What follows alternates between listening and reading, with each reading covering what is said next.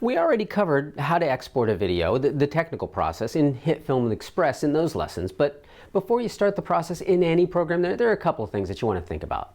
First, just give it a final watch and make sure nothing is wonky, that you didn't accidentally move the music out of place, or maybe a title didn't accidentally get deleted, or just whatever can go wrong. Just give it that final once-over to know that it's done. Then you want to think about what different versions that you're going to want of this video. For different social media platforms, I'm going to want slightly different versions, so I'll make them now so that I have what I need later without having to go back and re-edit. And this is one place that I don't like Hit Film Express very much. It only allows you to have one single timeline in a project, so you'll need to make different projects for each different version that you're looking to create.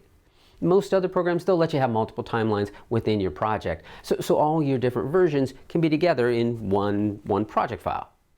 Because I often create 4 to 6 videos, sometimes even more, for each one of these lessons. I make a complete version with the logo and then another one without the logo. I learned that the hard way when I was working for a company that changed logos, and so when I wanted to republish some older videos, I had to go back and re-edit so that I could change out the logo. So I always make a version with the logo and one without. And sometimes I'll make a version with an end screen and another version without. So if I'm publishing this video to YouTube, well, then I'll use the version with the end screen, but if I'm publishing it anywhere else, then I have the version without. And both of those with and without logos. Sometimes I might need a square version instead of this usual widescreen version. If I'm making video ads of this project, I'll usually make those square so that the ad just looks a little better on social media advertising formats. But that means reframing everything for the square format, which is a lot of zooming in, repositioning, reframing the titles. It's a good amount of technical work, also that I wouldn't recommend doing until you're feeling a little more comfortable with the tech.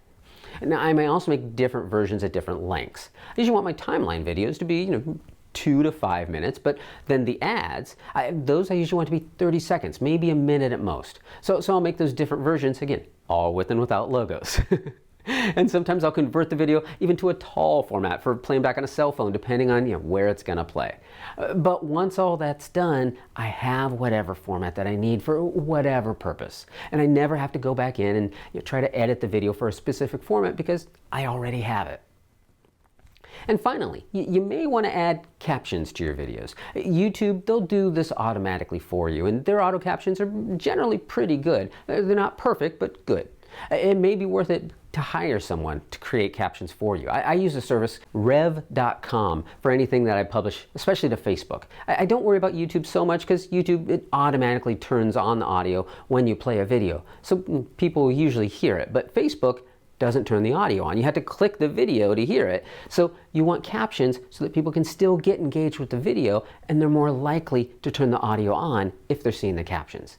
Facebook's computers can auto caption your video too, but they're a little less than wonderful. I tend to find a lot of just wrong captions with them. So I use rev.com. You just create an account, you upload the video to them, and less than 24 hours later, usually quite a bit faster, they'll send you a .srt file with the subtitles. They currently cost $1.25 per minute of video.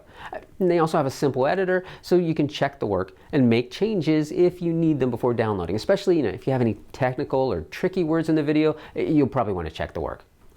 Then, when I upload to Facebook, there's a captioning section. So I upload the SRT file to go along with the video. I make a caption file for the different ad versions as well as for the main video. Now, if you're uploading the SRT file to Facebook, you do have one more step in there. Facebook requires every caption file name to end in .en_US if it's in English for the United States. They have different things for other countries and other languages. So you'll need to rename the file. If the original was joecaptionfile.srt, then it needs to become joecaptionfile.en_us.srt. It's a bit of a mouthful, but once you do it, it becomes what you do. So we're hitting the home stretch here. Just a few more lessons about publishing, archiving, and some more thoughts about social media and advertising.